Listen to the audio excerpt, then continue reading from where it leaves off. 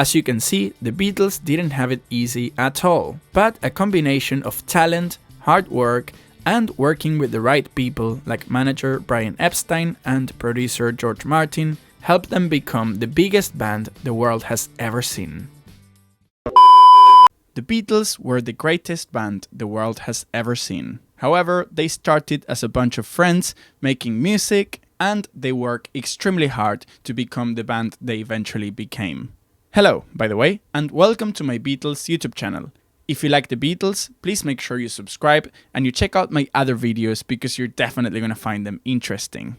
Now, not only do I love the Beatles because of their music, but also they have the best story in music history. They all had pretty tragic childhoods. They spent many months in Hamburg living in really rough conditions and playing all night. They got rejected many times until they finally made it. And from that point on, they literally changed the world. In today's video, I'm going to tell you the story of the rise of the Beatles. I am actually very happy with this video, and one of my favorite things about it is that I managed to use footage of all the places that I mentioned. So for example, when I talk about Hamburg, I mentioned the Indra Club, the Kaiser Keller Club, the Top 10 Club, the Star Club, all the places where the Beatles played, right? Also in Liverpool, I mentioned all their childhood homes, I mentioned the Casbah Club, the Cavern Club, and I have footage of all these places. So let's go! Our story begins in Liverpool, a city in the north of England greatly affected by World War II. On the 9th of October 1940, John Winston Lennon was born, coinciding with a German air raid on Liverpool. He was the son of Julia and Alf Lennon, but he grew up with his aunt Mimi and her husband George because the family did not consider Julia to be a fit mother. Uncle George died when John was only 14. Julia was more of an aunt than a mother to John, and he would visit her often. It was her who taught John how to play the banjo. Eventually, when he got into rock and roll, he learned how to play guitar when Aunt Mimi finally bought him one. On the 15th of July 1958, Julia was hit by a car outside John Lennon's house and sadly died. John started playing skiffle and rock and roll and formed his first band with schoolmates from Quarrybank High School. The band was called the Quarrymen. On the 6th of July 1957, John played with the Quarrymen at a church faith garden party at St. Peter's Walton Parish Church. A friend of John's, Ivan Vaughan, introduced him to a friend from the Liverpool Institute, James Paul McCartney. Paul was 18 months younger than John and way less cool, but he was a great musician. John was so impressed with his guitar skills, his voice, and his ability to tune a guitar properly that he invited Paul to join the band. To our delight, Paul said yes, starting the greatest partnership in musical history. Paul was the son of a cotton salesman and jazz pianist called James McCartney, and a midwife called Mary McCartney, who sadly died of breast cancer when Paul was only 14. Paul, his father, and Paul's brother Mike lived in a council house at 20 Forthlin Road, quite close to John Lennon's house at Menlove Avenue. Aunt Mimi initially disapproved of Paul's background, but eventually she liked him because he was well-mannered and well-spoken. In time, Paul introduced John to an even younger friend of his from the Liverpool Institute, George Harrison. George was born the youngest of 4 children in a working-class family. His father was a steward in the Merchant Navy before becoming a bus conductor, and his mother was a clerk in a grocery store. Harrison began playing guitar in secondary school, and in time became an amazing guitarist. Paul persuaded John to let George join the group.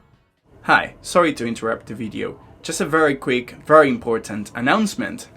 I published a book.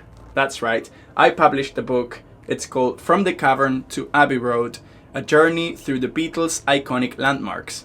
In this book, we see the story of the Beatles from the places where everything happened. Some of them are famous, like let's say Abbey Road Studios, and some of them perhaps not so famous, like for example the art gallery where John and Yoko met. The book is divided in 4 sections: Liverpool, Hamburg, London, and the last one is all around the world, so of course I called it Here, There and Everywhere. I put a lot of work and effort into this book, and it would help me so much if you grabbed a copy. It's available on Amazon all around the world, and it comes in two different formats. One is a digital book for Kindle, and the other one is the paperback, which is the one that I've got in my hands right now. So if you want your copy, please go to the link in the description. Thank you. Now back to the video. In 1959, they started playing at the Casbah Coffee Club, a members-only club that Mona Best, mother of Pete Best, later to become the drummer of the Beatles, founded in the cellar of her family house for her sons and their friends to hang out and listen to live music. The Quarrymen helped decorate the place so it could open as soon as possible. At this point, they were playing anywhere they could and also started writing songs together, although their repertoire consisted mainly of covers. Eventually, there were no band members from the original Quarrymen, except for John Lennon, of course. In May 1960, Stuart Sutcliffe, John Lennon's good friend from the Liverpool College of Arts, sold one of his paintings. John and Paul persuaded him to buy a bass guitar with the money and join the band. In August 1960, Alan Williams, the owner of the Jacaranda Club, offered John, Paul, George and Stu, who at this point called themselves the Silver Beatles, a 2-month-long residency at the Indra Club in Hamburg's red light district of St. Pauli. They needed a drummer urgently, so they asked Pete Best to join the band. They arrived in Hamburg on the 17th of August 1960. The owner of the Indra Club was Bruno Koschmider, an ex-military man with little interest in music. He was willing to pay the Silver Beatles €2.50 per person per day for a 2-month Indra Club residency. The band would also get to live at a place called the Bambikino, a cinema that used to play porn and westerns. They shared an old storage room with no windows or heating. They were living in very rough conditions. They would be asked to play all night, every night. To get through the long hours, they would often use Preludin as a stimulant.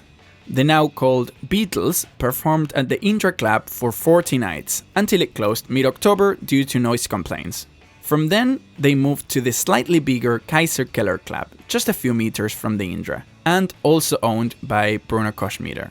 It was there where they met another band from Liverpool called Rory Storm and the Hurricanes, with whom they shared a stage.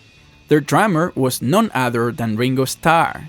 They also met a German girl named Astrid Kircher, who went to see the band with musician Klaus Vormann. She took the early era-defining pictures of the Beatles in Hamburg, introduced them to a new style of clothing, and invented the Beatle haircut. Eventually, she stole the heart of Stuart Sutcliffe. Tired of putting up with Koschmider and his abuses, they broke their contract and took a residency at the newly opened Top 10 Club, just around the corner, where they were offered more money, better conditions, and a more comfortable place to live. To get back at them, Koschmider reported George Harrison for working underage, and he got deported. When Paul and Stuart went to the Bambikino to retrieve their belongings, they found the place in total darkness as Koschmider had cut the power. As a last middle finger to Koschmider, they set a condom on fire and nailed it to the wall for light, only causing minor damage. Koschmider reported them for attempted arson, and they both got arrested and deported too. John Lennon followed his deported bandmates back to England, but Stu decided to leave the band and stay with Astrid in Hamburg. Stuart died of a brain hemorrhage on the 10th of April 1962. After George's 18th birthday, their immigration problems were solved, and they returned to Hamburg to start their residency at the Top 10 Club, playing for 92 nights. Back in Liverpool, in the summer of 1961, the Beatles established themselves as the signature act of the Cavern Club in Matthew Street, where they made 292 appearances between 1961 and 1963. It was during one of their lunchtime performances at the Cavern Club in 1961 when businessman Brian Epstein, who had heard of the band, went to see them play. He was impressed and offered them to become their manager, to which they said yes. Brian was about 7 years older than the Beatles. He was a gay Jewish man who ran the family-owned NEMS record store on Whitechapel Street. Although he was a businessman, he had no previous experience as a music manager. On the 1st of January 1962, the Beatles auditioned for Decca Records, aiming to secure a record contract that would launch their music career into the stratosphere.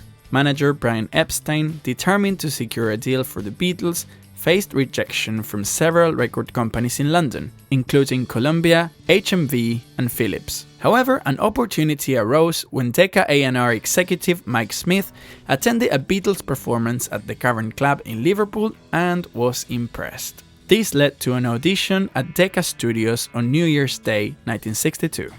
The journey to the audition was an adventure in itself. Neil Aspinall, the band's road manager, drove the Beatles down to London on New Year's Eve but got lost, turning what should have been a straightforward trip into a 10-hour odyssey. Despite the extensive effort put into the audition, Decca shockingly rejected the Beatles about a month later. Executives believed that guitar groups were on their way out and that the Beatles had no future in show business. Nice. On the 24th of January, the Beatles signed a 5-year contract with Brian Epstein, giving him 10 to 15% of their income.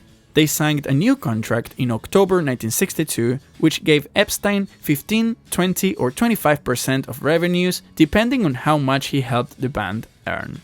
They eventually signed a record deal with EMI subsidiary company Parlophone, after producer George Martin heard the Decca demos and decided to meet the band. George Martin gave the Beatles an artist test at EMI to assess their music talents. The audition was held on the 6th of June 1962 and acted as the band's first EMI recording session. "The boys want you out and Ringo in," Brian Epstein said. "They don't think you're a good enough drummer, Pete. And also George Martin doesn't think you're a good enough drummer." Pete Best was fired unceremoniously from the Beatles, and Ringo Starr joined the group in August 1962. Love Me Do was their debut single, backed by P.S. I Love You. When the single was originally released in the UK on the 5th of October 1962, it peaked at number 17. During 1962, the Beatles went back to Hamburg on 2 different occasions for short residencies at the newly opened Star Club. The Beatles performed for 3.5 hours each night. For this, they were paid the equivalent of £53.50 per person each week. On occasion, they shared the bill with Little Richard, with whom they had already performed in Liverpool. In 1963, the Beatles were exploding in England. Their debut album, Please Please Me, came out in March, followed by their first and second #1 singles, From Me to You and She Loves You. On the 13th of October 1963, the Beatles appeared on a TV show called Val Parnell's Sunday Night at the London Palladium. The Beatles' appearance on the TV show was very popular. About 18 million people watched it. It was after their performance at the London Palladium where they captured the attention of mainstream media, who coined the term Beatlemania to describe the scenes of screaming fans, starting a phenomenon that would literally change the world and give us the subject for our next video called The Beatlemania Years.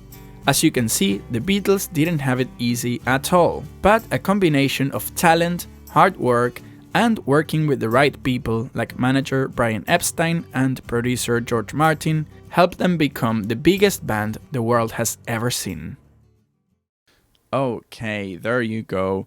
That was the rise of the Beatles. What a fantastic story. In the next video, we'll talk about the Beatlemania years. If you're watching this in the future, chances are this video is already uploaded, and in that case, I leave it somewhere here.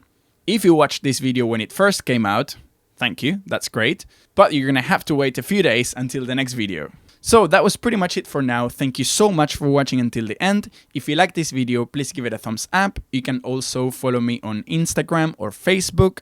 There is a PayPal link for donations. Of course, every donation will be absolutely appreciated if you want to support this channel. You can buy my book on Amazon. Actually, that would make me very, very happy indeed. Or the free option is just to subscribe to this YouTube channel and maybe click the bell icon so you're the first to know when I upload new videos. Thank you for watching. See you next time. Bye. Well, I'm afraid that's just run out of time. Oh, I'm really okay. sorry. Well, So, bye everyone. thank you very much. Thank you. If I give my heart to you, I must be sure from the very